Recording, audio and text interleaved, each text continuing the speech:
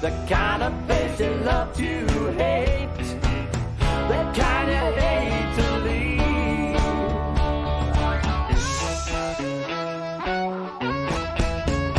It's the heart of the city, Lord, it's the heart of the city, the heart of the city.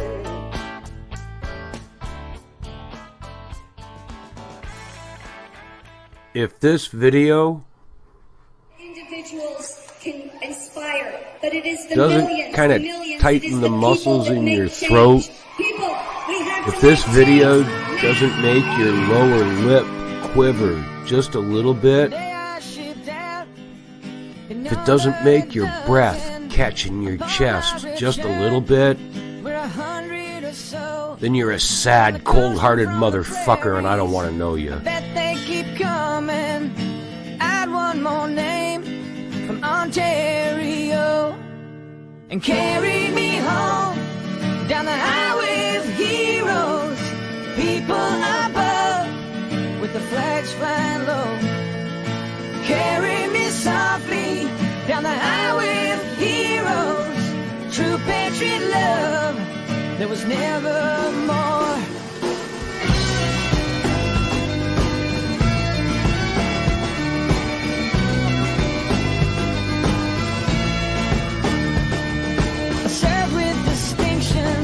No visions of glory, I serve without question, a personal gain, seek no justification, it's not part of my story, and it offers no comfort to the ones who remain. Just carry me home, down the highway of heroes, people above, with the flags flying low.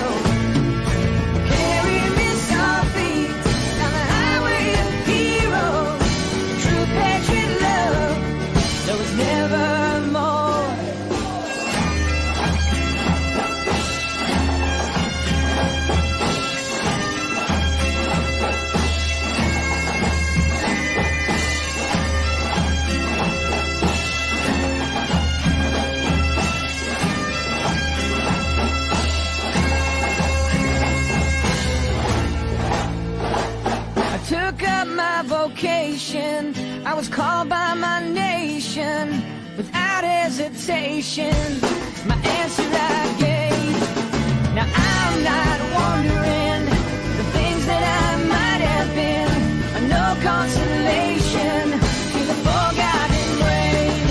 So carry me home, down the highway of heroes, people above, with the flags flying low.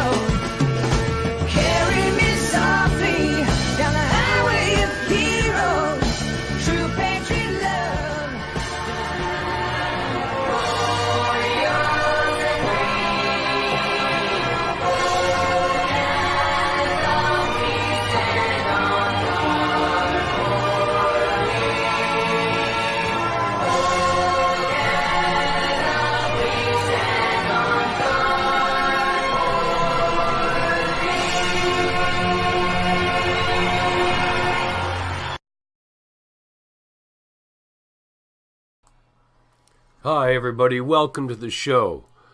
Dan's going to be joining us in a few minutes. We've got some important announcements about the July 20 rally in Ottawa. Stay tuned, you don't want to miss this news.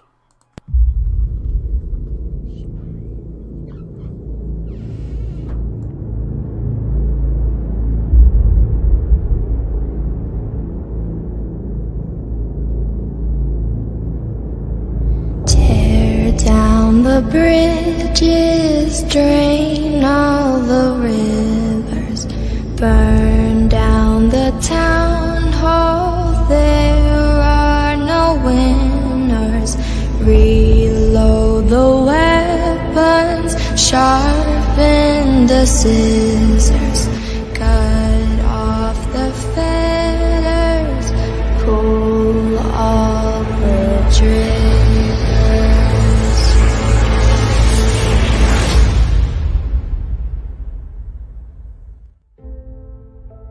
Attention patriots, on July 20th in Ottawa, Parliament Hill, between 3 and 7 p.m., Canadian Combat Coalition, C3, is hosting Canadians for Canada Rally number 2.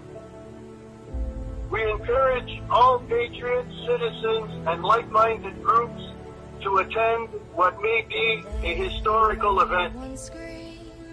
It's time for everyone to unite, join forces, and show visual opposition to this corrupt de facto government. This is your opportunity to make a sign showing what you believe to be the most detrimental thing that's happened to Canadians under this corrupt government. So this rally is for you. So we encourage all of you to attend. It's time to stand up, get off the couch, and attend this event. We have numerous illustrious speakers lined up. Many of them will be sharing some vital information crucial to Canada's future. Please come be part of the visual opposition. Thank you.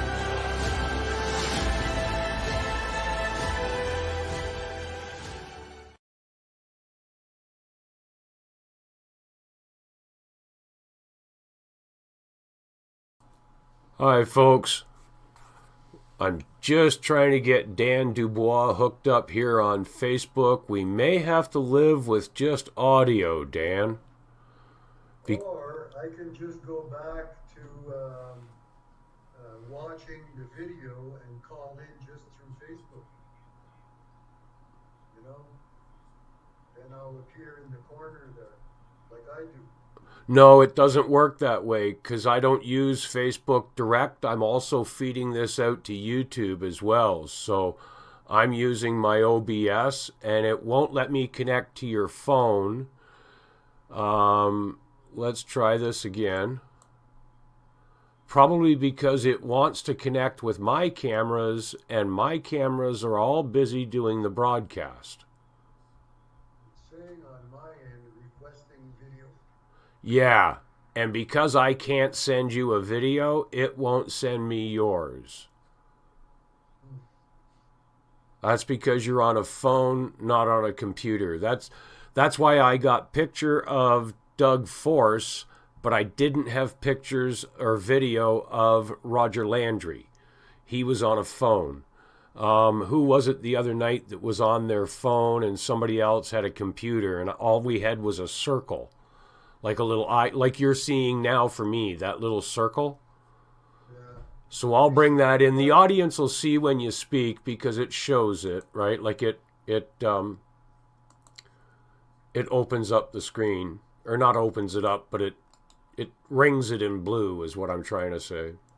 Well, this is really pissing me off because I combed my hair and everything. Just the one or both? All 7, dude.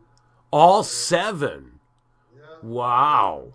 Yeah. I took out the comb and like blew the dust off the comb and combed my hair and everything.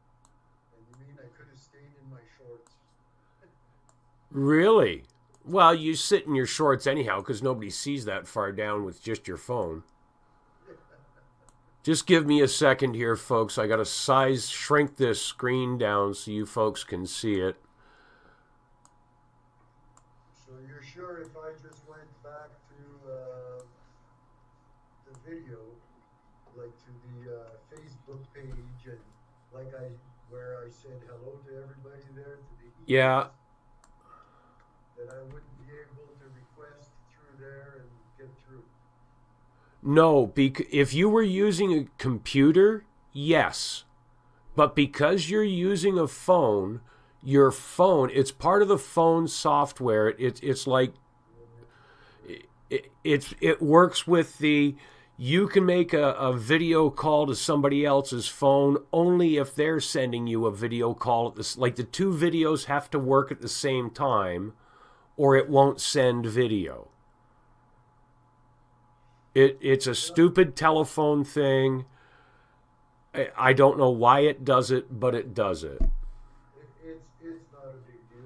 Anyways, so I'm being heard right now. Everybody. Yes, yeah, people can hear you. Yeah.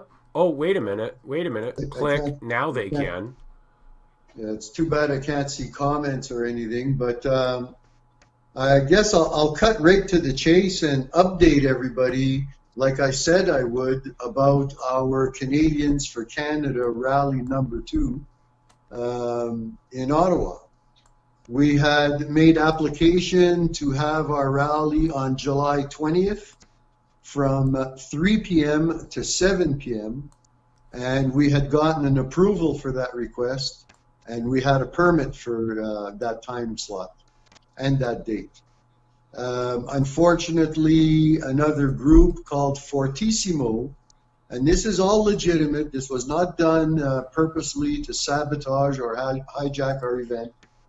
They have to coincide with a worldwide Fortissimo event occurring on those dates. So they can't change those dates. And I'll tell you something else, it's not something that we would want to disrupt or that we would have wanted to muscle our way in on, and then look disrespectful and be branded. Exactly, sir, and that's exactly been my stance all along.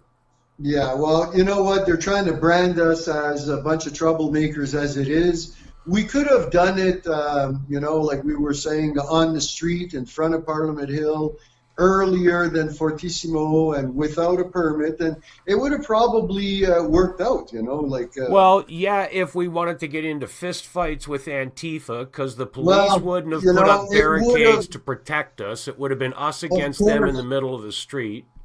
Well, of course, we wouldn't have showed up, like I say, unwelcomed, and if the police would have told me that they were not going to barricade the streets and give us our time on the streets. If the police were to say, no, we're not barricading the streets, you're on your own, you're unwelcome, you're disrupting another event, I would have called it off. Yeah. Because that's not what we want to do. We don't want to be, it would have been, or we would have moved it to another date or whatever. But anyways, long story short, I've kept everybody in suspense long enough. The events people called me this morning, and this is what the compromise is, and it's a very good one. Our event remains on July 20th, 6 weeks from now. Except the only concession we have to make is that instead of having the event from 3 till 7, we have to hold it earlier from noon till 4. They will give us the entire back lawn closest to Parliament building, like we had last year. And that way we don't disrupt any of the Fortissimo setup, because they've got an elaborate setup with stages and bleachers and all kinds of stuff. What have you. Yeah. Okay. So we're not going to disrupt their setup. We're not even going to be near their setup. We should have sufficient room at the back lawn closest to Parliament building. Where we were last year, where the hijab hoax rally was in the middle of the winter, where Tom Quiggin spoke in January that Ed and John Barassa and I went to. That's where all the rallies are, is right up by where the driveway arcs right in front of the Peace Tower. That's where we've always held our rallies, is way up at that end of the grass. I meant to hook in an aerial view of the grounds so that we could show people approximately where Fortissimo is going to have their stage and their bleachers, way out by the street, blocking off Antifa. Yeah, actually, that's the even better part. I know. Is that there's going to be like a barricade, a barrier, big elaborate barrier separating us from the streets. I know. And you know what? Antifa always threatened large numbers. Fact is, these are a bunch of young students, and they're gone home and they're on holidays. They're out playing, having fun, enjoying their summer like they should be. And they're not. They have no interest in coming to a rally. And they threatened last year that they were going to come from Calgary and Edmonton and Quebec, and that there was going to be hundreds. 8 showed up. I know. Like I predicted. Now, they can't be bothered with this type of stuff. Well, in all fairness, Dan, back in the winter, in December with the hijab hoax, and in January when they put together that rally with Tom Quiggin, there was a significant amount of Antifa out there. But, as you say, they're university students. We know that they're Carleton University students, and Carleton University prints the placards, the signs that they carry for them. Rick Boswick exposed that. They're in school and they're getting paid, and they need the funds to go to school. Yeah, but summertime, they're not in town. Ottawa's empty. It's like St. Catharines. When Brock University is closed, half the city is empty. So today, the events people modified our permit. She did it with me. She goes, I don't have to send you a letter of confirmation because I'm speaking to you directly on the phone. So the permit has been modified, that the only change is that we start earlier from noon till 4 instead of 3 to 7.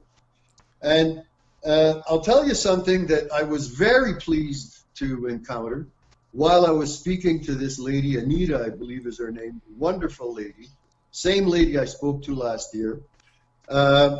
They were super happy that everybody was pleased with this solution.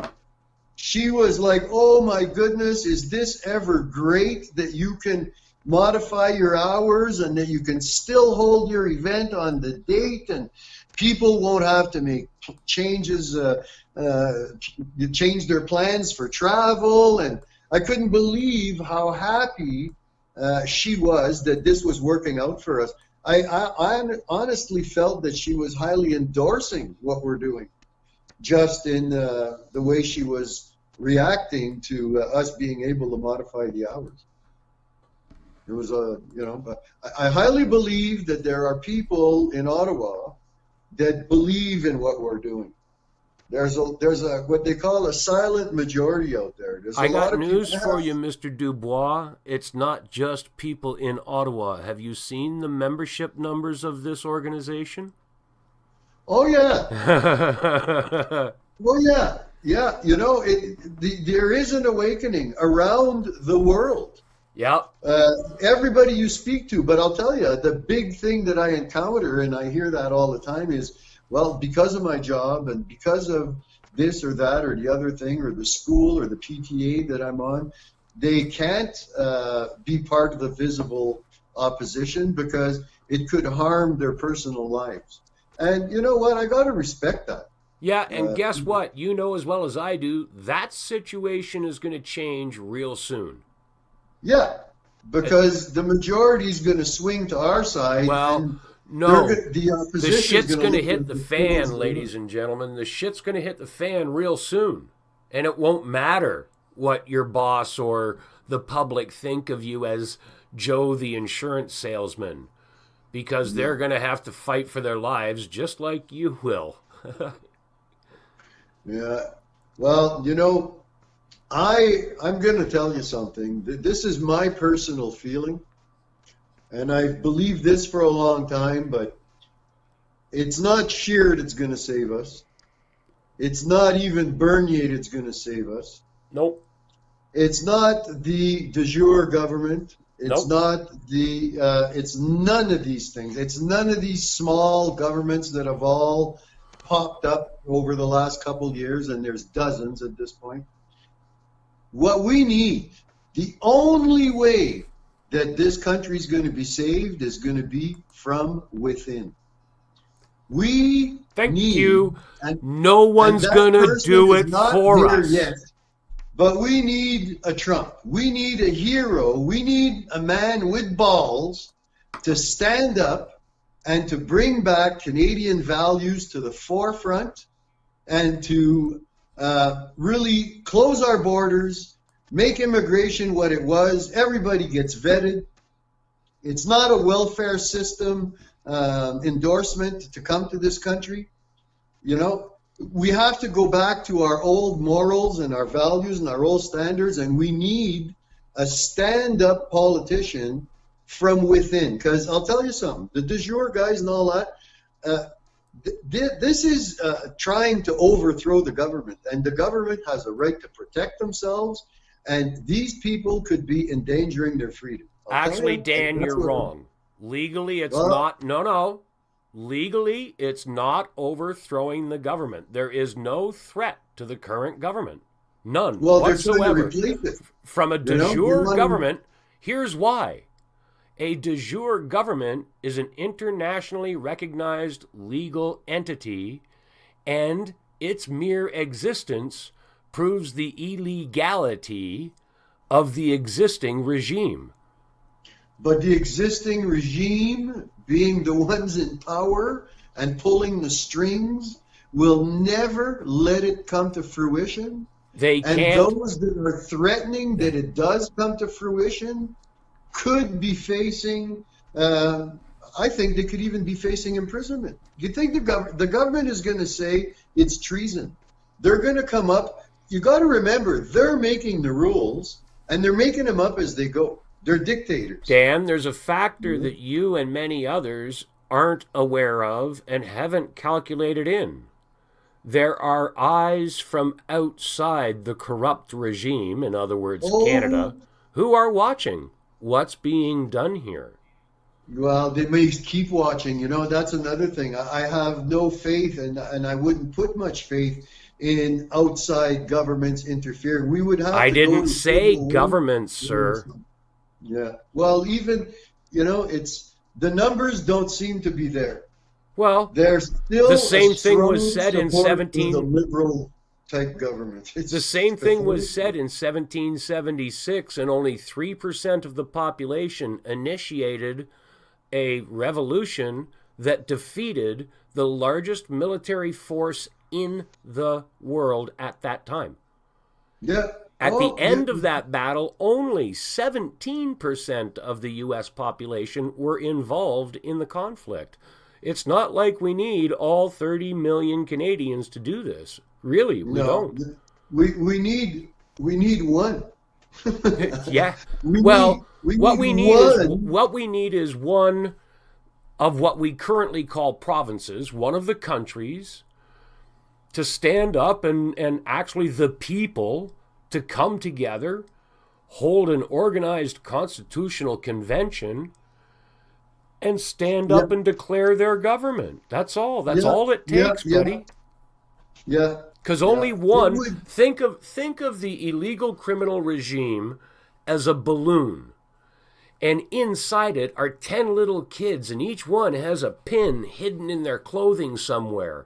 And the first one to find that hidden pin can pop the balloon and end the enslavement, the caging, by bursting the balloon. Just like the Hunger Games, the way she used the fake lightning to zap the fake artificial dome that created their world and freed themselves from the artificial world of the Hunger Games.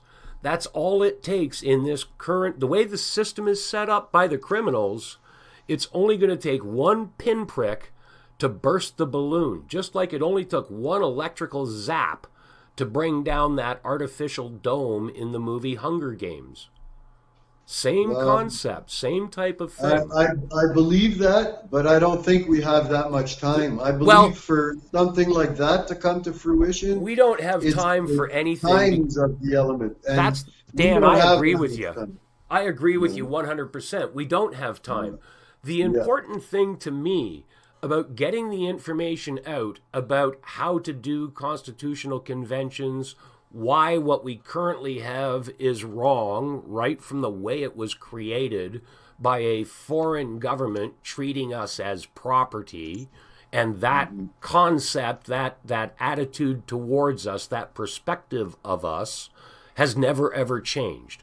Pointing that out and teaching people, educating them, so that when the mess that is coming, because like you say, Max Bernier, Andrew Scheer, none of them, not even a de jure government, no matter how much Doug Force and I and others would like to say, hey, all we got to do is wave this piece of paper, I know it's not going to stop the bullets that other people intend to put into Canadian flesh. We can't stop that with words and pens, because they don't recognize words and pens. For that to work, you need a majority endorsement of the population. Even then, you're not going to stop the next Danforth shooter. You're not going to stop the next Richmond Hill bomb maker. You're not going to stop the next Edmonton bomb maker. You're not going to stop the next Kingston bomb maker, Dan. It would take years to undo the harm that's already been done by the Trudeau government. Letting in these ISIS by fighters decades and decades and decades of Trudeau's. They're letting in criminal. the enemy. They have been for years. The States is in fear of what's going on up here because they feel that, it's their backyard is about to get invaded by their enemy. Yeah, their enemy's setting up camp here. Yeah. Yeah, like we sit here on Facebook, and I know that I'm not looking at it right now. I'm actually paying attention to my OBS to make sure it doesn't screw up. But I know there's people in this chat room right now who have seen the recent posts about Islamburg in the States, where they found this training camp back in 2017. I guarantee you, ladies and gentlemen, there are all kinds of those all across Canada. You can start with the Southwest Mosque in Calgary. Go ask Tom Quiggin how many ISIS fighters came out of the Southwest Mosque in Calgary, or how many came out of the Muslim Student Association at Algonquin College in Ottawa. Yeah. Ladies and gentlemen, Canada is Kanakistan, okay? And it has been for a long time, because the criminal regime that calls itself our government has made it that way. No one we elect is going to stop it or change it, because even for the past 25 years, as a member of the Corleone conservative criminal family, Max Bernier partook in voting yes to signing off on 51% of our wheat board being sold to Saudi Arabia. Go check the records, ladies and gentlemen. Max Bernier said yes, Mr. Mulroney, sell 51% of our wheat board to Saudi Arabia. Remember that when you go to vote for Max Bernier and the PPC. Yeah, they've all wronged us in one way or another. It's incredible, but we don't have one honest guy out there that... about the only guy that I do like, and all he's been doing lately is he's very critical of the Liberal government, is Poiliev. That Paul guy. Yeah, but again, such a small guppy in a sea controlled by giant sharks. Exactly. But he's smart. He knows the issues. He's not scared to point the finger. He's a perfect example of the kind of people we would need after the shitstorm that's coming is dealt with. Yeah. Like, I know a lot of people out there, and I know patriots within C3 and Northern Guard who can testify to the fact that they've heard this before many, many times. We patriots are constantly labeled as warmongers and wanting to bring on war because it's all we talk about. We talk about it because we know it's coming. It's being brought down on us. And if we don't accept the fact that we need to be ready to defend ourselves, we're stupid. We're doing all of you a disservice by not openly talking about it. Yeah, unless we get a Trump, a true hero that from within, you could heal this government from within. Except that the whole structure of the government is so broken, the bureaucracy controls everything, and Doug Ford is a perfect example of that. Here in Ontario, Doug Ford campaigned as a man of the people. But as soon as he got into power, we see Al Quds is still going on, Gay Pride Parade is still going on, and now they're excluding police that they don't like. They pick and choose which cops are allowed to be anywhere near the Gay Pride Parade area as part of the crowd control. Can you believe that? Yeah. The system is broken, it starts right from the ground up. Yep. Like I know for a fact, like a school board out here, one particular school, they're throwing out chairs. And good why? chairs. Nothing wrong with these chairs. And office chairs, the ones that swivel and everything. And they're filling a dumpster full of these chairs. And why? Because if they don't spend the budget this year, they don't get it next year. Their budget will be reduced next year. Yep. That's how the system works, ladies and gentlemen. It's not like your kids' allowance. Yeah. So it starts right from that level that all these government-supported entities are wasting money to get a bigger budget to waste next year, or fear of their budget diminishing. Yeah. So they're creating waste. Now, it's almost like the whole country's lost a conscience. Everybody's a thief in one way or another. Yep. So look, if you think the country's broken, look at yourself sometimes. Go look in the mirror, because you're the ones, and your parents are the ones that let it get this way, and your grandparents. Yeah. You every member of your family. Dan, back me up here, because I know your family's no different than mine, and everybody out there knows this is true about their family. Each and every one of you can hold your hand up and go, 1, 2, 3, 4, 5 people in your family who don't bother voting because they'll tell you, what the fuck for? The system's fucked. It don't mean anything when I vote. Yeah. 5. Each and every one of you can count 5 people. Hey, the voting percentage is under 50%. It's barely 30%. That's 3 out of 10. Yeah, so there you go. No, I'll tell you, the system's broken, and you may be part of the problem, and you don't even know it, but I'll tell you, it goes right down to this. If you work for a company, and your garage is full of that company's tools, you're part of the damn problem. Yeah. We've seen it here in Sudbury, being a big mining town, that everybody that worked at the mines was ripping off the mine for tools. Well, you know what? What happened is they've clamped down so hard that now they're using decrepit tools and people are being injured. But they created that environment. The same thing went on here in St. Catharines with General Motors. Yeah, they created their own problem. Think of that Johnny Cash song. He sings about building a 1952, 53, 54, 55 Cadillac, 56, 57, 58, 59 Cadillac. That's a good one. So, morality is very low in the country. Everybody has become so selfish that it's Be careful with that word, Dan. Morality, a lot of people associate that word to feelings, as if morality is being happy. No, morality is being fucking moral. Yeah. It's sad. Like the liberals are, putting up an LGBTQ flag. I mean, the LGBTQ community represents maybe 3%. Why is a minority being so highly endorsed and normalized? They're trying to normalize the LGBTQ lifestyle to our school children. Yes. You know, the tail is wagging the dog. Thank you. The problem. I've used that phrase in relationship to unions for 25 years. Yep. And Unifor is just the epitome of communism in the labor movement. Unifor is a union that by itself never ever signs a contract representing workers. Unifor is a union of the unions. Yeah.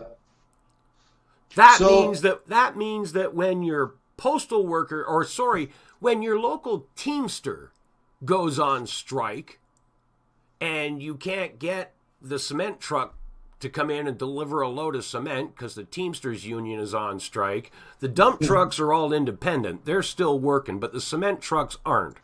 Well, guess what Unifor means? Unifor has the ability to pull in the postal workers, the CUPE workers, and every other friggin' CAW and nose-picking union right on down the line that Unifor represents. And when the cement truck workers drivers go on strike, Unifor can pull the strings of their member unions and have half the country go on strike. And not only that, they've lost their power, like even to the companies. I have a union. I'm in the union. I'm in the Teamsters union. You would think a big, strong union. Well, I've put in grievances. The union tells me you're within your rights. It is a breach of contract. But the company says, too bad. And the union is powerless to do anything. Yeah, because governments have given companies so much power. Yeah, I've told the union, why am I paying my dues when you can't even enforce? And I'll tell you something. You want to talk about something that you would think is easily enforced? My mother died. I was allowed 3 days bereavement with pay. So my boss told me, because I told my boss I'm just going to take 1 day off. My boss tells me, she says, no, take 3 days off. You're getting paid for it anyways. Well, I look on my paycheck. I didn't get paid for those 3 days. So I put in a grievance through the union, and the union says, yep, it's in the contract. You get 3 days pay. That was 3 years ago, and I never got those 3 days paid. The company said, no, we ain't paying it. Period.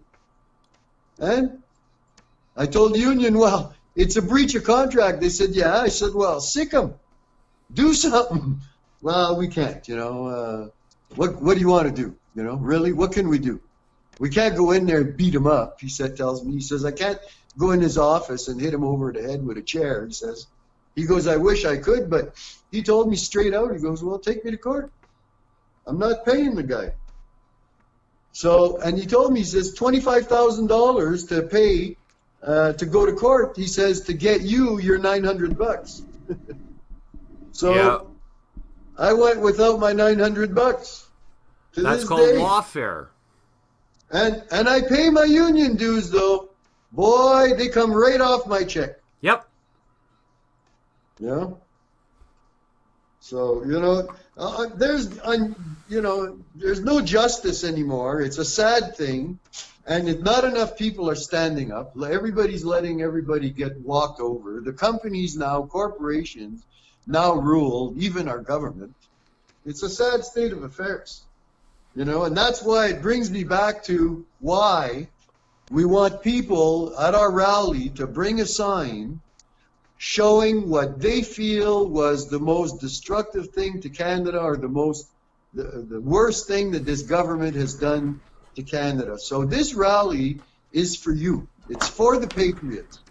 You bring a sign, whether it's carbon tax or illegal immigration or you name it. There's dozens and dozens of issues that this government has created.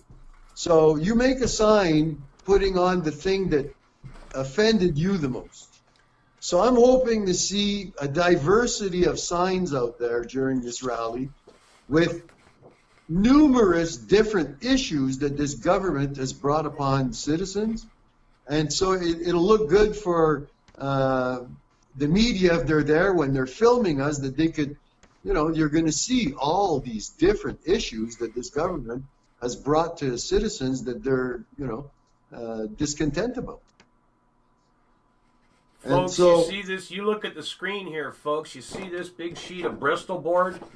You get 2 for 50 cents at the dollar store. Yeah. You see that big magic marker? My camera's delayed. I know you guys can see it. You see that big magic marker? It's got a 1/2-inch wide chisel head. That cost me $1.50. You can drop that much money and make your own damn poster. You don't need to get fancy like I do and Ron does with cutout letters and going to the printer and getting posters made up.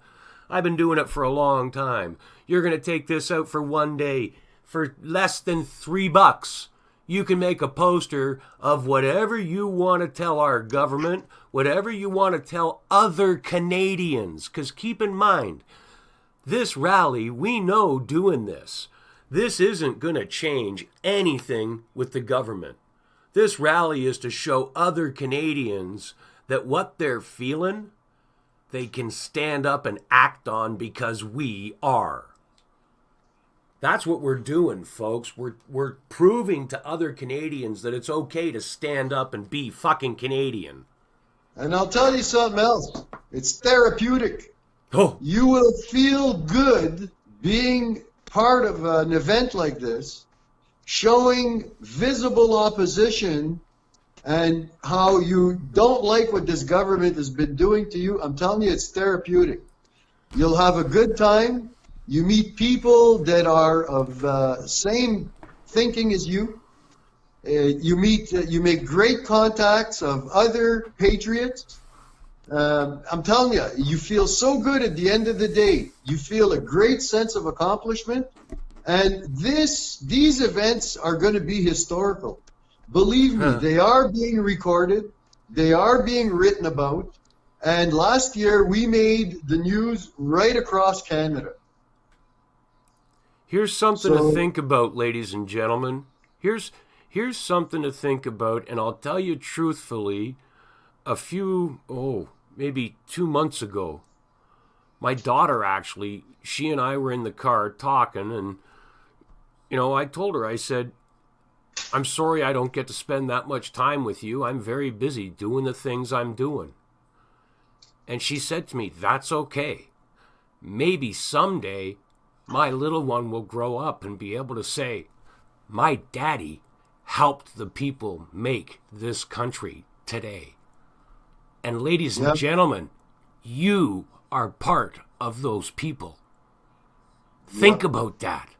You could be going down in history as the Benjamin Franklin, not the traitor, the country builder of Canada. You could be the next father of Confederation here in Canada. But not if you sit at home.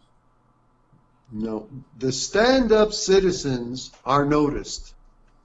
I'll tell you, when I go to these rallies, I recognize so many people. I mean, it's many of the same people that just keep attending this event with fervor. They don't stop. They don't give up.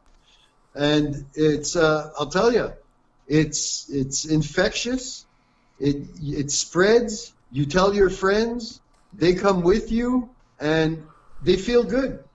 That's the thing I hear about at the end of the day when we meet at the bar or whatever for a beer, is that everybody says, man, that felt good. It's like a release. It really is.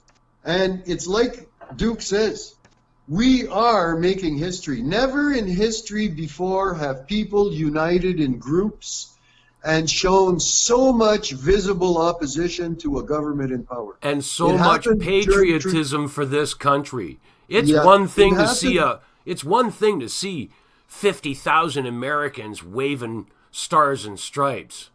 But when you start seeing a few thousand Canadians all together waving that big red, white maple leaf, you got no idea what that does to you inside. It's like I say in that video. If it doesn't tighten the muscles in your throat, if it doesn't make your breath catch in your chest a little bit, I don't want to fucking know you because you're a cold-hearted motherfucker and you don't know what patriotism and love of country is. Yeah, and you better love your country. I've said it 100 times. You're either in or you're in the way. Yep. You can And you stand better love beside it. me, you can stand behind me, but do not fucking stand in front of me because I'll run you into the ground. And if you don't want to stand behind our military, feel free to stand in front of them. Yep. You know, there's many things out there that can be said about people that. Lots of you people out there talk about your grandfathers did this in World War II and your great-grandfather did that in World War I. Well, guess what? It's time to put your big girl panties on and do what you got to do in World War III because World War III is coming. That picture of you at the at an event like this, at a rally like this, a picture of yourself on the wall could be a historical thing that your grandkids will speak about for years. Yep. That Grandpa was there. Grandpa stood on Parliament Hill that day, and he spoke out against the government. And change came after that. Things started to change. There was an awakening, you know. I believe that we may not change everything, but we are having an effect. I think that just the fact that we're showing visible opposition and that the government is seeing that the citizens are starting to unite. An avalanche starts with one snowflake. We could keep them in check. Whether they want to, you know, they may have ill intentions, but they might not follow through with them because they'll know this will anger the citizens so much that we're going to be literally thrown out, overrun. We could be physically beat up or thrown out of power.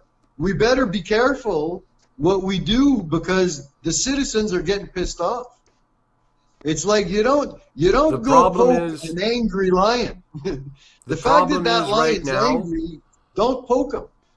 Our enemy has been building and planning and putting everything in place against us for 100 years.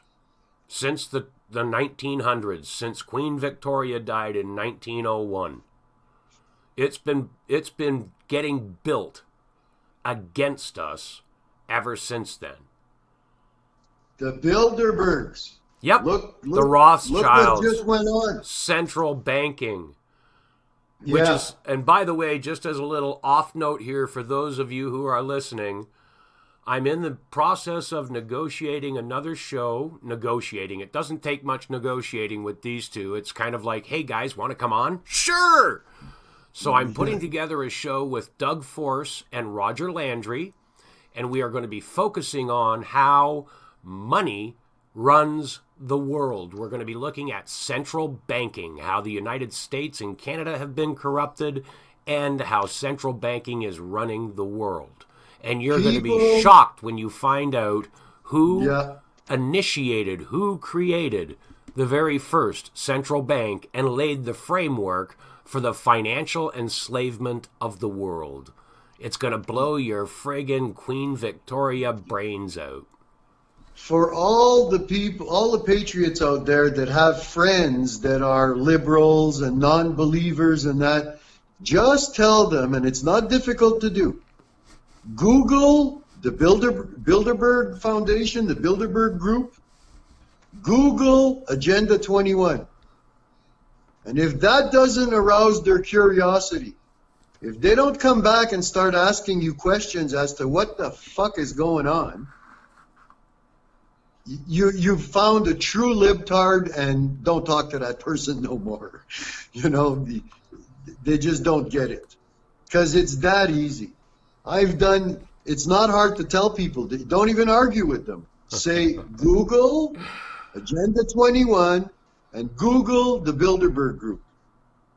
And Chris that Gallant, should arouse your curiosity as to what the hell is going on. Chris Gallant, that one word that you just posted is so close to the truth, my good man, you want to keep that word quiet because you will make yourself a very visible enemy. Few people know. Few people know, Chris. It's a very, very generationally kept secret. And those in the know, if they're the wrong people in the know, could have some serious enemies. Yeah. And so I want to, because we've talked for a while, I just want to recap what this was all about, that our rally, Canadians for Canada, rally number 2, on Parliament Hill, July 20th, is on. And the only difference is that we've moved up the hours, not to interrupt the Fortissimo rally, or event rather, theirs is an event, to noon till 4. So I'm going to change the post, actually the rally posting that's going around. I'm going to change the hours on it. I hope it changes it everywhere. So instead of 3 till 7, the rally will be held from noon till 4, same date, same place. No travel plans have to be changed. You just have to be there a little earlier. Yep, that's all. And here's something to think about, folks. This other event brings 30,000 people into the city. Yeah. So guess what? We may have a whole lot of extra company for our rally.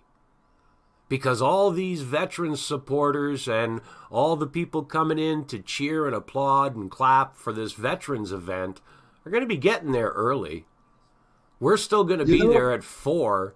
They're going to be coming into the city anytime after 12 noon for an event that, especially if they're coming from out of town, they want to come in early, have lunch, take a walk around the Capitol, blah, blah, blah, blah, blah, blah. And their event starts at 6. Guaranteed we're going to get a little pre-show overflow joining us. I honestly believe, and I know this to be fact, they could have totally opposed our event and shut us down. Yes, they could have. They could have said, we don't want those guys there at all during our event. We don't endorse their beliefs. We don't endorse what it's about. We don't want them there. We have 30,000 people. They're going to have less. I'm hoping to have more than them. It would be great. But, so they could have muscled us out. They really could have. But they were willing. They told the committee they had no problem with us being there whatsoever. And that they're even okay with sharing the grounds. Yeah, So to me, that speaks volumes. Exactly, brother. When you told me that on the phone this afternoon, I thought kudos. Yeah. Yeah, we could be heavily endorsed by the vets out there. Well, you know what? It's no secret that C3 supports the vets many times. Yeah, we support our military. We support our veterans. That's why we believe in borders.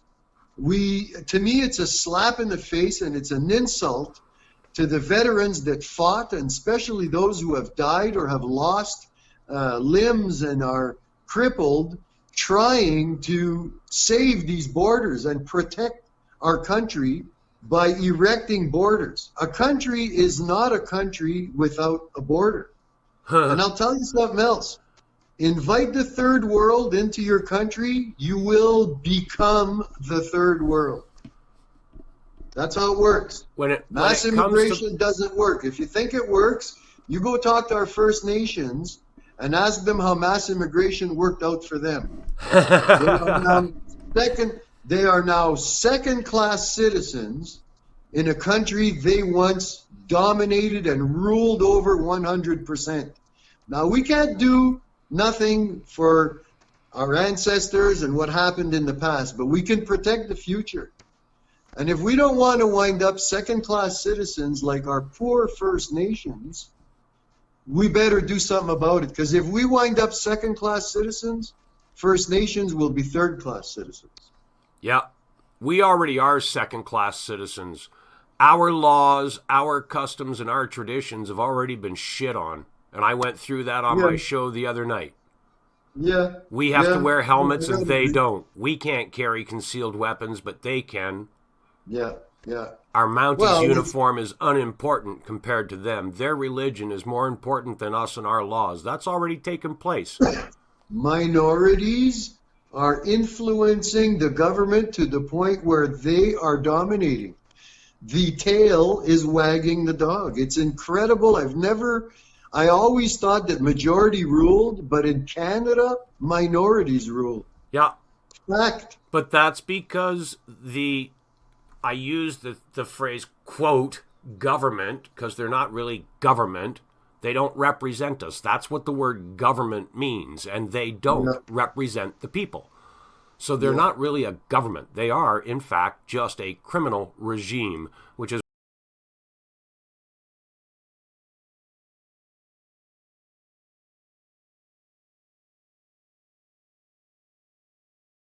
why I refer to them as the Corleone family and the Gambino family.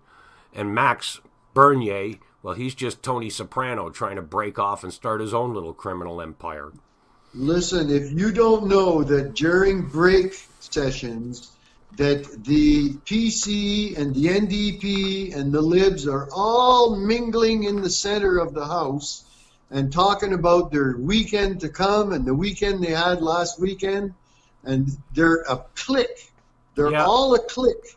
And they're having so much fun shooting the shit together in the center floor that the speaker has a hard time getting them to go back to their seats. Yeah, So if you think they're working for you, ladies and gentlemen, you're a fool. They're working for themselves. now, Dan, I just want to back up for a second. You mentioned borders. And every time people, and I run into this a lot at our sidewalk protests when people come up and start talking to me, because we have signs that say, close our borders, enforce our laws. I'm sure you people have seen them in my videos. And people always, borders are always a topic.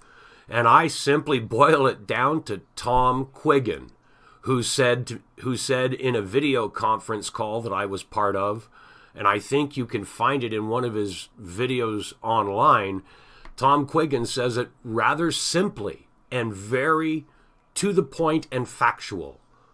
Wars are fought over borders. When you remove borders, wars are fought over neighborhoods. We only need to look at France, Germany, Belgium, England, Italy, and every other country where we're seeing civil violence, like Nigeria. No borders, but they're fighting village to village, neighborhood to neighborhood. That's what's going on in France, folks. Yeah. So your security becomes threatened. Your immediate security becomes threatened. There's a reason gonna you have a become lock like on the some of front these- door. There's a reason you have a lock on the front door of your home. There's a reason we have a border on our country. Yeah. It's not, I've often said I don't lock the door because I fear the people outside. It's because I care for the people inside. Exactly. Now, Dan, there's two other things I want to discuss with you real quick. Sure. And we're not going to get into one too deep. Or actually, we won't get into one too deep at all because it is a bit of an internal issue for C3. But you and I talked about what was being discussed in the past 48 hours in the C3 chat room. And I know you will back me when I say this. The C3 members in that chat room who kept spouting off about, we'll just take the street, fuck them, we're going to have our rally anyhow, we're going to take over, it's ours. Before you spout off like that, take off your C3 shirt, remove anything from social media that associates you with C3, and go do whatever you want. But if you want to represent the organization, you're not going to give us a bad name. I personally have put too much work into this group to let you do that to all the other people. Symbolically, and I think a lot of things were misinterpreted, and I could be partially to blame for that, Duke, is that I said, we don't need a permit, we can take the streets. And it's true. But That would only have happened had I had permission from the police to do so. If the police would have cooperated and said, yeah, you don't need a permit, and it's true, we don't. And if you want to do it on the streets in front of Parliament, yeah, we can accommodate you for a few hours. We'll put up some barricades, and we'll let you pull up with a flatbed and do your thing. Yep. As long as we would have been welcomed and we weren't disrupting anything, that's would have been a go. You know, and pulling and an Antifa style, we're going in stormtrooper style. Well, that's that not may be the C3, way, ladies and gentlemen. I can tell you that right now. And it's not Northern Guard either, which is what leads me into my next second part of this comment. C3 has class. We operate with a strong moral compass. We have been doing so since the beginning, since I've taken over as leader anyways. And I know that the discussion... And in case you're wondering, ladies and gentlemen, class is spelled R-E-S-P-E-C-T. Yeah. It's given and it's received. That's why we have a good relationship with security and police at Capitol Hill, at Parliament Hill. I don't think, you know, when I reiterated yesterday in the chat room that yes, we would have taken the streets, but it would have been with permission, with police security and all that. Everybody, even the cowboys, the ones, I'm going to call them the cowboys that were in there going, yeah, let's just take the streets. They also agreed, though, Duke, that they said, well, of course. That they meant that too, that, yeah, let's take the streets. But nobody, I don't think, meant, like cowboys and Indians, let's just rush up there, take the streets, and jeopardize ourselves, jeopardize the safety of people, and make ourselves look like a bunch of goons. Dan, I agree with you, but we as patriots, not just C3 members, not just Northern Guard members, as patriots, we need to be careful what we say and do, because everything we say and do is going to be one more excuse for Trudeau to trigger martial law. And you know, that leads I've told members, you've heard this yourself, you know, you want to go to the bar and get drunk and get into a fight, I don't have a problem with that, but don't do it with your C3 shirt on. Yep. Yeah. You know? Don't go out there and start acting like a goon or doing criminal activity wearing a C3 shirt. I mean, anybody can wear the shirt, but not everybody can be endorsed wearing that shirt. We can pull Dan, that. I know you, Dan, from under it. Before it scrolls away on me, I know you can't see the chat room because you're on your phone and it's doing video. Jason Frazier says, did you not say, Duke, that if they did not go to rally, you were done with C3, Duke? ? I seen your comments, bud. Jason, you've badmouthed me and threatened to stop following me 4 times in the last 3 months. This comment is nothing but a dig trying to egg me on. And yes, what I said was, if the organization stormed troops or, quote, takes the streets without permission, like a bunch of Antifa, I was done with C3. That, Mr. Jason Fraser, is what I said. Yeah, the comment was something about that if I was to back down. I think it said something along, if you back down on this, I'm done with C3. Because you were talking about just walking away and not even trying to pull something together. You were so depressed, right? Dan. Yeah, there was 3 solutions, and that was one of them. And then you admitted after that you didn't watch the whole video. So, you know what I mean? Because I had to go do my show. As I told you, I only watched the first few minutes, and you were talking about, well, we just won't do it. Yeah. And I was like, no, fuck that. We got to do this. One way or another, we got to find a solution. If you turn around and walk away, Dan, I'd have walked on you, buddy. I'd have come up to Sudbury and punched you in the mouth and walked away. Well, that's that. You know what? Like Jason, at first I thought, holy fuck, you know, that's not a nice comment. Like, I'm leaving C3 over this. But after I talked to you and you said, well, I didn't watch the whole video, I mean, it's quite understandable. You know, it's not, and I'll tell you, Jason, it's not a big deal. Me and Duke. Me and Duke have tangled horns more than once because that's you who, people that's wouldn't who believe Patriots how are. many times Dan and I argue about things. If you think you want to get aggressive, ask Dan. I'm the one who's always telling him, "Fuck them, push for it." Yeah, Am I, Dan? Yeah. And I get aggressive too. Like I've got a bad temper. I've gotten angry, and we've yelled. But at the end of the day, me and Duke are on the same side, and I know exactly where Duke's heart is because I've met Duke. I've talked to Duke face to face. I've looked into his eyes. I spent 2 great days at a campsite with Duke, and I know Duke, and I'm proud to have Duke as a C3 captain in St. Catharines. I wouldn't want anybody else but him. And but you know what? Things like this will happen. Yep. Jason, you know what? And I'm defending Jason here, Duke, because I'll tell you, me and Jason talk a lot. Yeah. And like yourself, Him and I have talked for the past probably closer to 2 years. We've talked off and on, and we disagree, and we still talk. And Barry Prince and I still talk, even though we've disagreed. Yeah. Jason, I'll tell you, is an awesome patriot. We were talking, matter of fact, today. And, I endorse Jason 100%. He made me kind of aware about Gary Gilbert. And then I did some digging, and Jason was proven to be absolutely right. I never argued. Actually, Jason shared information with me about Gary Gilbert. What Jason didn't know was that Gary's entire family lives only 20 minutes away from me, and I know people who know them. The point I didn't really jump on was that I don't need to condemn someone. If they're going to screw up, I'll stand back and let them do it all on their own. Oh, yeah, I love watching people shoot themselves in the foot. Yeah, I love it. And where is Gary now? Yeah, yeah. Where is, well, I know where he is. He's off in the wilderness creating I don't know what you want to call it, a safe space, I guess. But there's lots of people that come and go. And, that's fine. I don't hook my chain to anyone because I don't know who's coming and who's going. I just keep marching.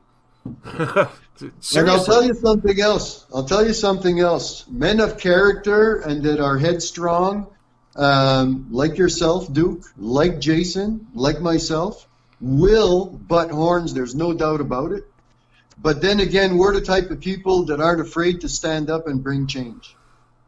So it's all about making concessions to get along, Like me and you have argued, Duke, but at the end of the day, we're always friends. And, I highly endorse what you do. I highly endorse your show. And I know you're proud to be a C3 member as well. So, there's no need to have any kind of bitterness whatsoever. Now, on this same context of storming the streets in Ottawa, I've talked to Dan about this a bit, and I think the two of us need to voice our opinions on the coming issues regarding Hamilton on Saturday. Many of you have seen the post on Facebook from Antifa telling Antifa members to come to Hamilton. There's all kinds of posts about patriots showing up at City Hall in Hamilton to fight with Antifa and blah, blah, blah, and it's going to be a war, and blah, blah, blah, blah, blah, we're going to beat the hell out of this, and they're going to beat the hell out of that. Any patriot that goes anywhere near Hamilton is stupid. You're just stupid. Think about it. Antifa is incredibly organized with lots of money to do things like run private phones out to all their key members. They don't need to post on Facebook. That post on Facebook was nothing more than bait to catch the stupid fish that are going to pull their yellow vests on and go running down to City Hall in Hamilton hoping to fight Antifa. And all you're going to do is give Justin Trudeau one more reason to implement martial law. You're going to give the media one more reason to call every single yellow vest patriot and every single patriot, yellow vest or not, a fascist, violent, warmongering, hate monger. That's all you're going to do, folks. If you want to know the best thing to do with Hamilton on Saturday is stay the fuck away from City Hall. Go hold a rally out at Lime Ridge Mall on top of the mountain and let Antifa hassle all the innocent people making their way back and forth past Jackson Square or whatever it's called down there by the bus terminal. Because you know they're going to block traffic. They're going to harass every single pedestrian that walks by. Let them prove to the public that they are the assholes we know they are. You go somewhere else in the city where you can interact peacefully with citizens and spread the word about the Yellow Vest movement and awaken the public. Because that's what the Yellow Vest job is. Not getting into a fucking stiff dick contest with college kids wearing Antifa t-shirts. That's not what the Yellow Vest movement is about. That's not what Canadian patriotism is about. They're stupid, and they're controlled by people who are in Toronto, Ottawa, New York City, Saudi Arabia, who say, go do this here. And the upper echelon put the minions from Ryerson and U of T into a bus and send them to Hamilton. They don't do it through Facebook. That Facebook post was nothing but bait, and you're nothing but a stupid fish if you take the bait. Okay? They don't even know why they're there. They don't even know I've talked to 100 patriots that have argued with Antifa, and they always say the same thing. They don't know any of the issues. That's absolutely right. They don't know any of the issues. No. They go there like because they're paid. They're like minions. They've been told to go, so they go. They have no rhyme or reason. They have not a clue why they're there. So you try to argue with them. They can't. They have no counter argument, so they start with slander and, racist, Carlton Nazi, whatever. Totally brain dead stuff. So, I've tried numerous times to engage with them. I engaged with 5 of us against maybe 300 of them when we got to Edmonton. We came up the street. This was supposed to be a rally, and we got there. Edmonton, very unorganized. They left when the rally was supposed to start. They started the rally 4 or 5 hours earlier, didn't tell anybody. We get there when the rally's supposed to start, they're all gone. But Antifa knew that C3 Ontario was coming, so they waited. So here we are, 5 of us with numerous police. I felt safe. And the police did a great job. Against 300 of them. So I said, you know what, I'll debate this. So there was one looked like, an elderly man that looked fairly intelligent, but looks are deceiving. And, and I started debating him, and I told him, listen, dude, I said, what's your problem? He goes, you guys are Nazis, you're racist. I go, buddy, if the people coming across the border illegally were as white as the driven snow, I would oppose it. It has nothing to do with race or religion. It has to do with upholding federal law. Laws that were put there by our ancestors and that people have died for. I said, what do you say to that? His answer was, Nazi, Nazi, Nazi. You know what I mean? Yep. It's like talking to a stump. Yep. So why engage? I'm kind of giving up on them. Why engage with them? You're wasting your time. You're wasting your time. And if it's going to come to violence in Hamilton, and especially if Antifa, and they will twist and turn the video and the narrative. If you don't think that CTV and CHCH TV are going to take whatever footage and whatever video they can get and twist it into the lawless, friggin' violent, yellow vest, white supremacist, blah, blah, blah, blah, blah, blah, blah, blah, blah. They're going to make all of us look like shit, and they're going to give Trudeau and the whining, crying citizens all that more justification to implement martial law. Like, think of Trudeau's step to martial law as being a scorecard, and all he's got to do is get enough check marks in the little boxes down the left-hand side, and when he gets to the bottom, martial law, ding ding. Well, getting violent in street fights in Hamilton for what now? The third or fourth time coming up? Because there's already been 2 arrests at 2 different events on Saturdays in Hamilton. So this isn't the first go-round in Hamilton. It's why Ron Devereaux and I won't go there, because I'm not going to let a bunch of idiots who can't control their stiff dicks and want to get in a sword fight with a bunch of college kids and their stiff dicks. I'm not going to let them ruin what I've worked so hard to achieve for myself. I'm not going to associate with that. That's why I won't go to Hamilton. I've spoken on the phone with some of the people who are organizing the events in Hamilton. I've emailed people, probably 15 people since January, February, when this yellow vest thing started. Okay? I've probably spoken either through phone or email to 15 people in Hamilton who are out there every weekend, and I've told them, you're gonna get in trouble going back to the same place all the time. All you have to do is walk over to the people you're with and say, hey, can I get your email? And start communicating by email instead of openly on Facebook, and start choosing different locations each week, because you're not out there to fight Antifa. You're out there to educate and awaken the people.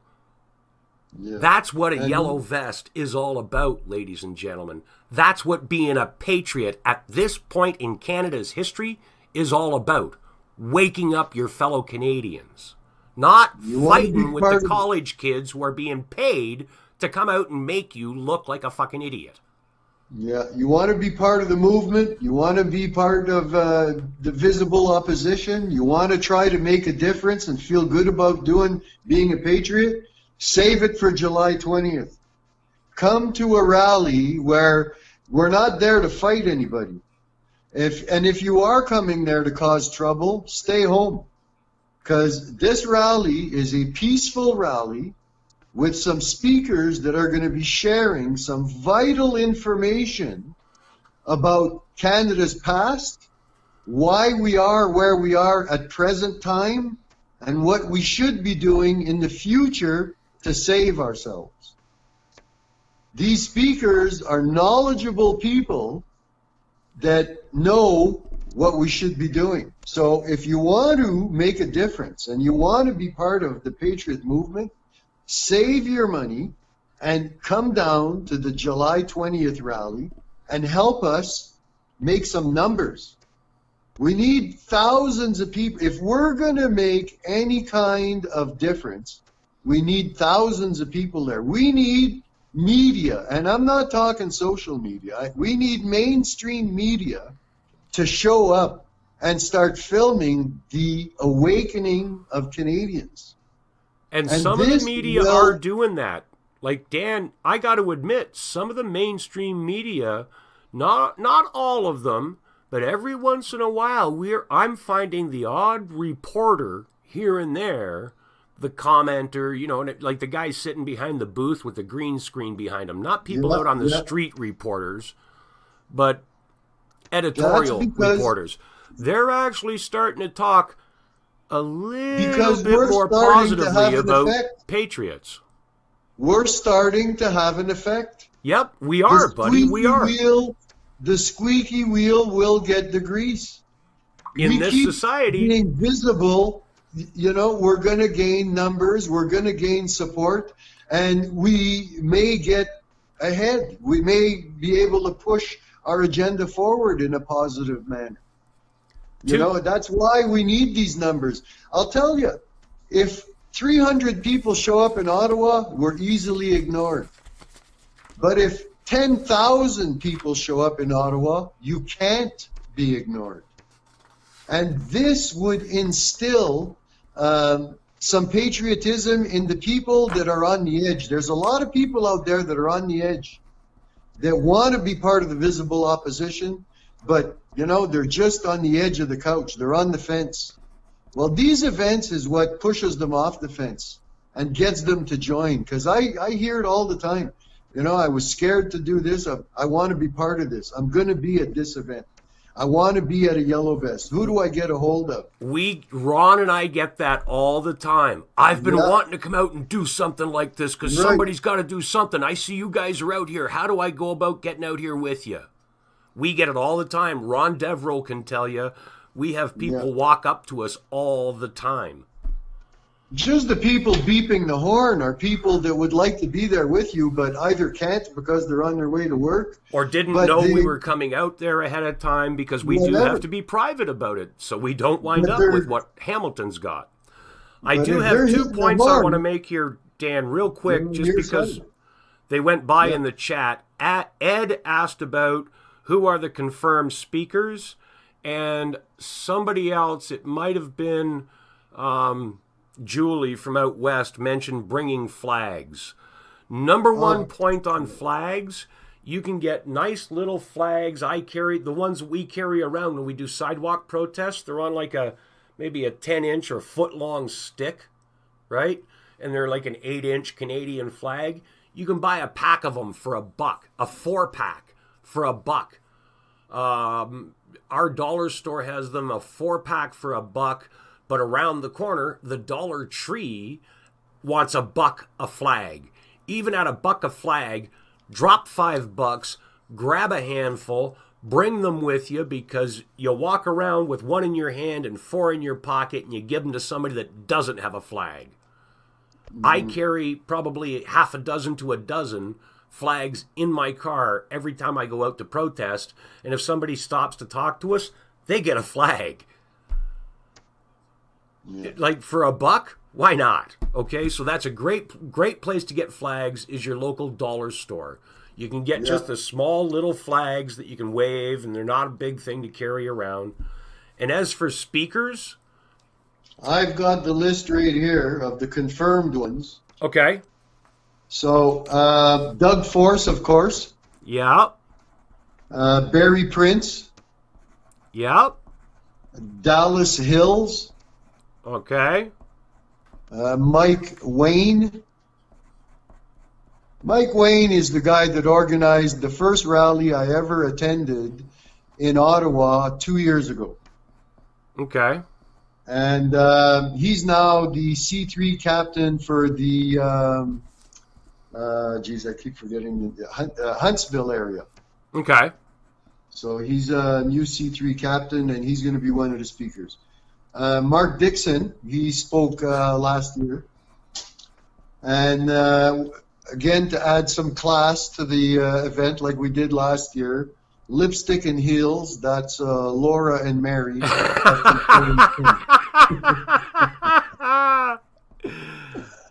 Yeah, we got to add a little class. It's already a classy event, but when we get Lipstick and Heels there, I call them the dynamic duo. They add a little class to the event. So Laura and Mary are also going to be there. And you can add to that list Kevin J. Johnston. Yeah, okay. Yeah, I wasn't sure about Kevin. And we should also mention that Duke here is going to be hosting the event and will also be one of the speakers. And myself also, I'll be doing a speech. Yep. And just so you folks know, I have reached out to Christine Douglas Williams. Unfortunately, she is currently traveling with a security detail due to threats against her life. And she does not feel that it would be wise to make a large public appearance, such as Ottawa. Other than that, she would have been very happy to come to Ottawa and speak at our event. But due to threats against her life and the fact that she actually travels with an armed security detail, she doesn't think a public appearance would be a wise idea right now.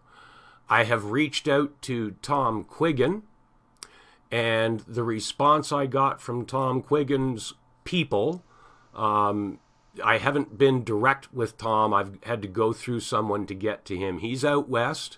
As you all know, if you're following the Quiggin report, Tom's out west, and his time is being occupied day by day by day by day, and it's nonstop. And he's basically, if he can get things finished out west and be done and have time, he'll come to Ottawa. But right now, the way he went out west figuring to be 15 to 20 days, and right now he's looking at perhaps 60 days for his total trip. So he can't go and commit to anything. His last appearance, he's starting in Edmonton tomorrow on the 5th, and he ends in Edmonton on the 15th. My Alberta president was talking to me. He's part of the committee that's actually got Tom Quiggin going out there. And he's telling me that he should be done, I think it's by the 15th of July.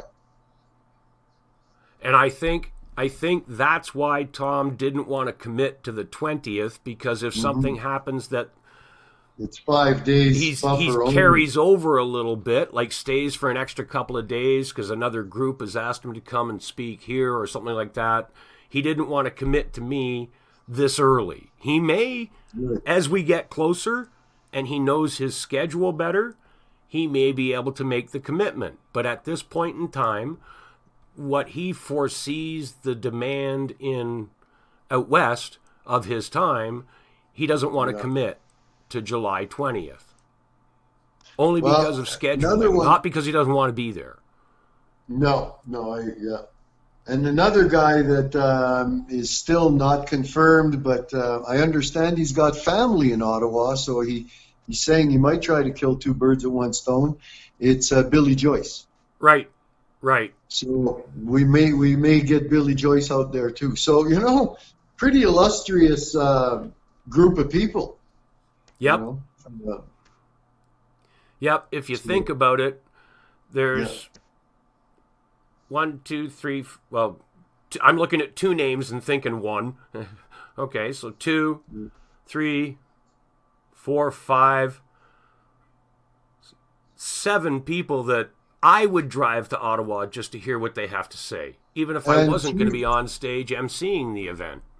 3 pending. You know who else might make it? He's not sure, but he might make it. Believe it or not, he's in Rome right now, and he's at the Vatican, and he's doing some research. It's Jamie Nix. And if you don't know who Jamie Nix is the country western singer-songwriter that wrote the song Patriot Warrior that's been circulating on Facebook. So we may even get Jamie Nix there. Right on. Yeah. Right on. Yeah. He's, believe it or not, he's doing some research at the Vatican in Rome. Yeah.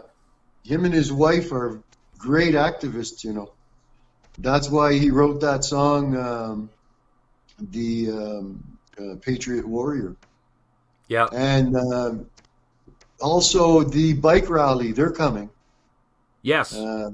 Graham, I forget, Nick and his dad, I forget his name, but the Grahams, they're kind of running that bike rally. They're coming. The New Brunswick C3 team is coming. I was really happy to hear that. But 4 of the C3 members out of New Brunswick, the leaders, are coming. Diana Bissett and them. So that's going to be great. We're going to get to meet some of our C3 members and leaders from parts that we've never been to, and that, like a lot of these C3 members I know only through telephone calls and FaceTime and what have you. I've never met them. Yeah. It was great going to Edmonton, meeting the guys up there. I'll be honest with you, Dan. If I was to get all the people I've ever spoken to in the past 18 months, past 2 years together, just Patriots alone, I'd have to rent the bloody Sky Dome to fit them all in. My phone never stops.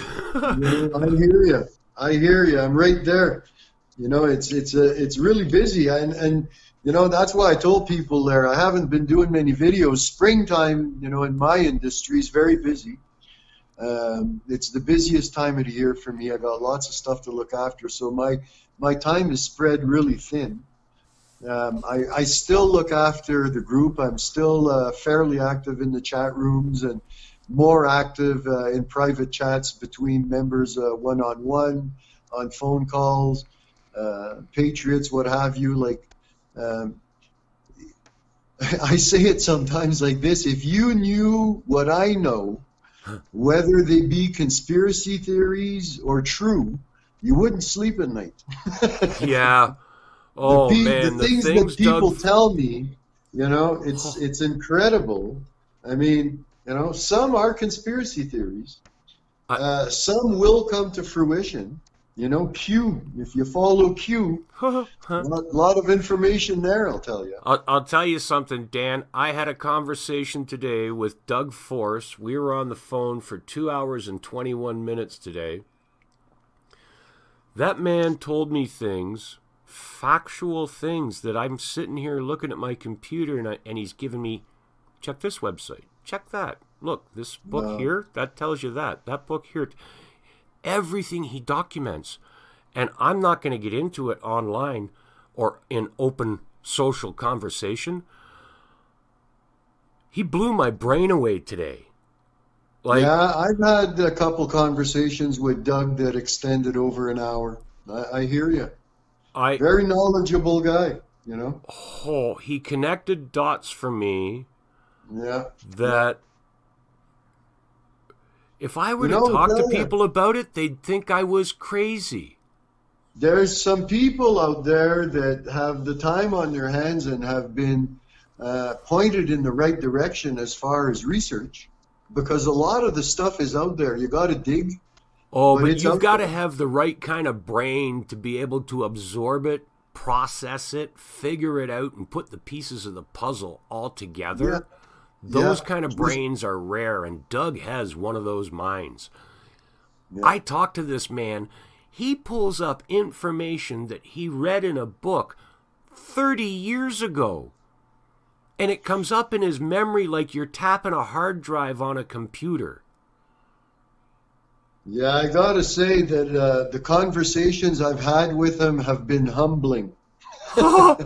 They make me feel stupid. Yeah, they're very humbling. You know, I'll tell you another guy that knows a lot too, and you'll enjoy meeting this guy too. Totally genuine guy, I feel, and I'll tell you, he knows a lot too, is Dallas. Dallas Hills, he knows a lot too. Yeah, I've had long conversations with Dallas. Yeah. You know, he's another well-informed guy, and he's in contact with the right people. And he's in the know, you know, I'll tell you.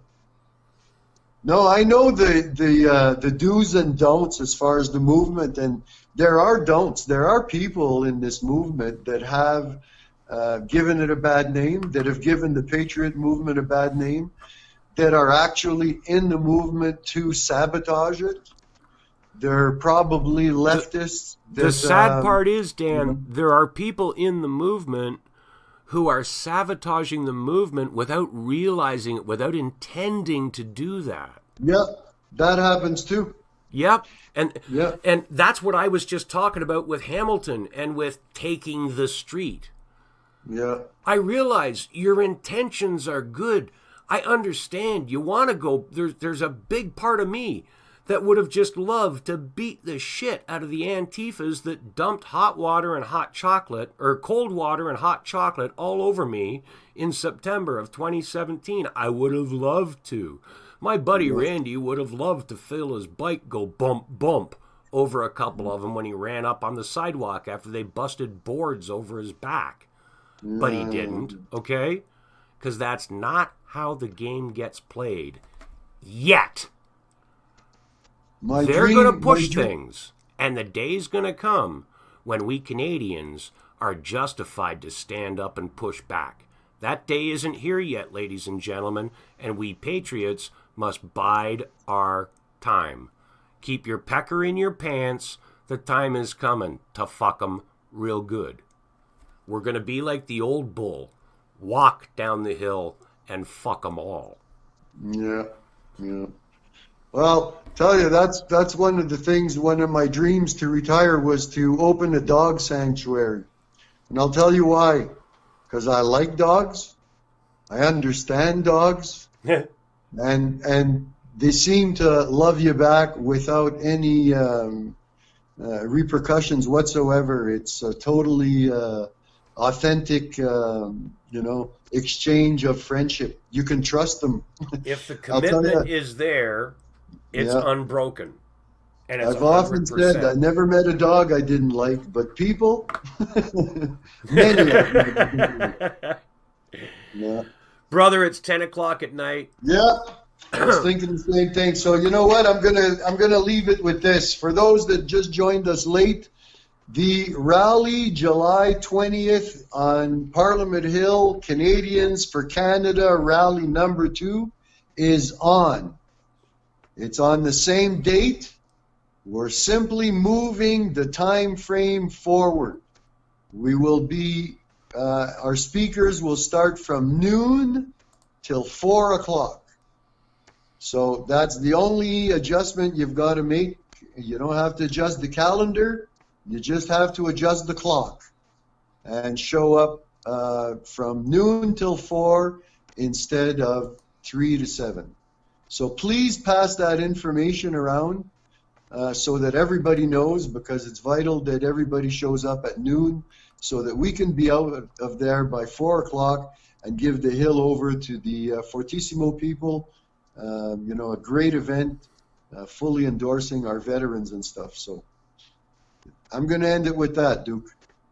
All right, Dan. Thanks, brother.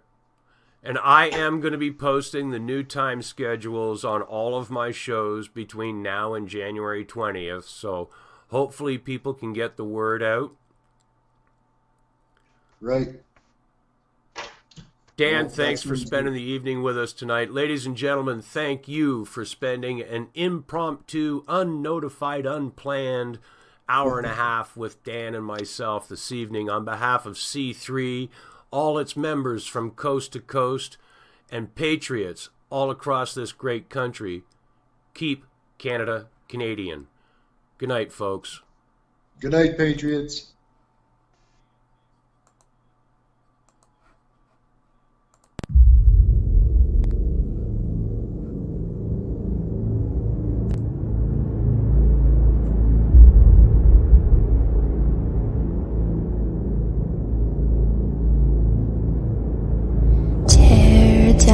The bridges, drain all the rivers, burn down the town hall. There are no winners. Reload the weapons, sharpen the scissors, cut off the fetters, pull all the triggers.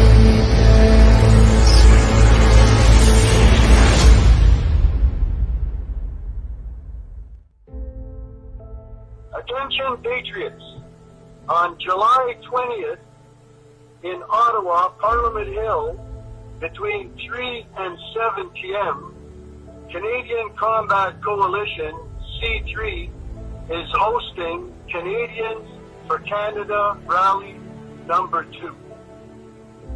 We encourage all patriots, citizens, and like-minded groups to attend what may be a historical event. It's time for everyone to unite, join forces, and show visual opposition to this corrupt de facto government. This is your opportunity to make a sign showing what you believe to be the most detrimental thing that's happened to Canadians under this corrupt government. So this rally is for you.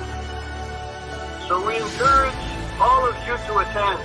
It's time to stand up, get off the couch, and attend this event.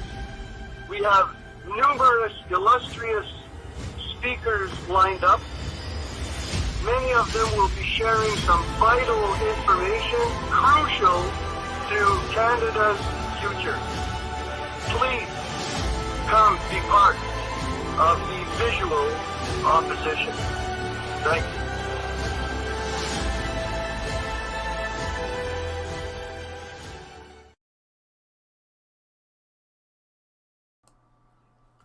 Ottawa, July 20, noon to 4 p.m.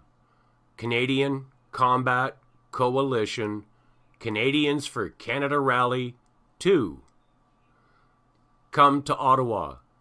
Join your fellow patriots.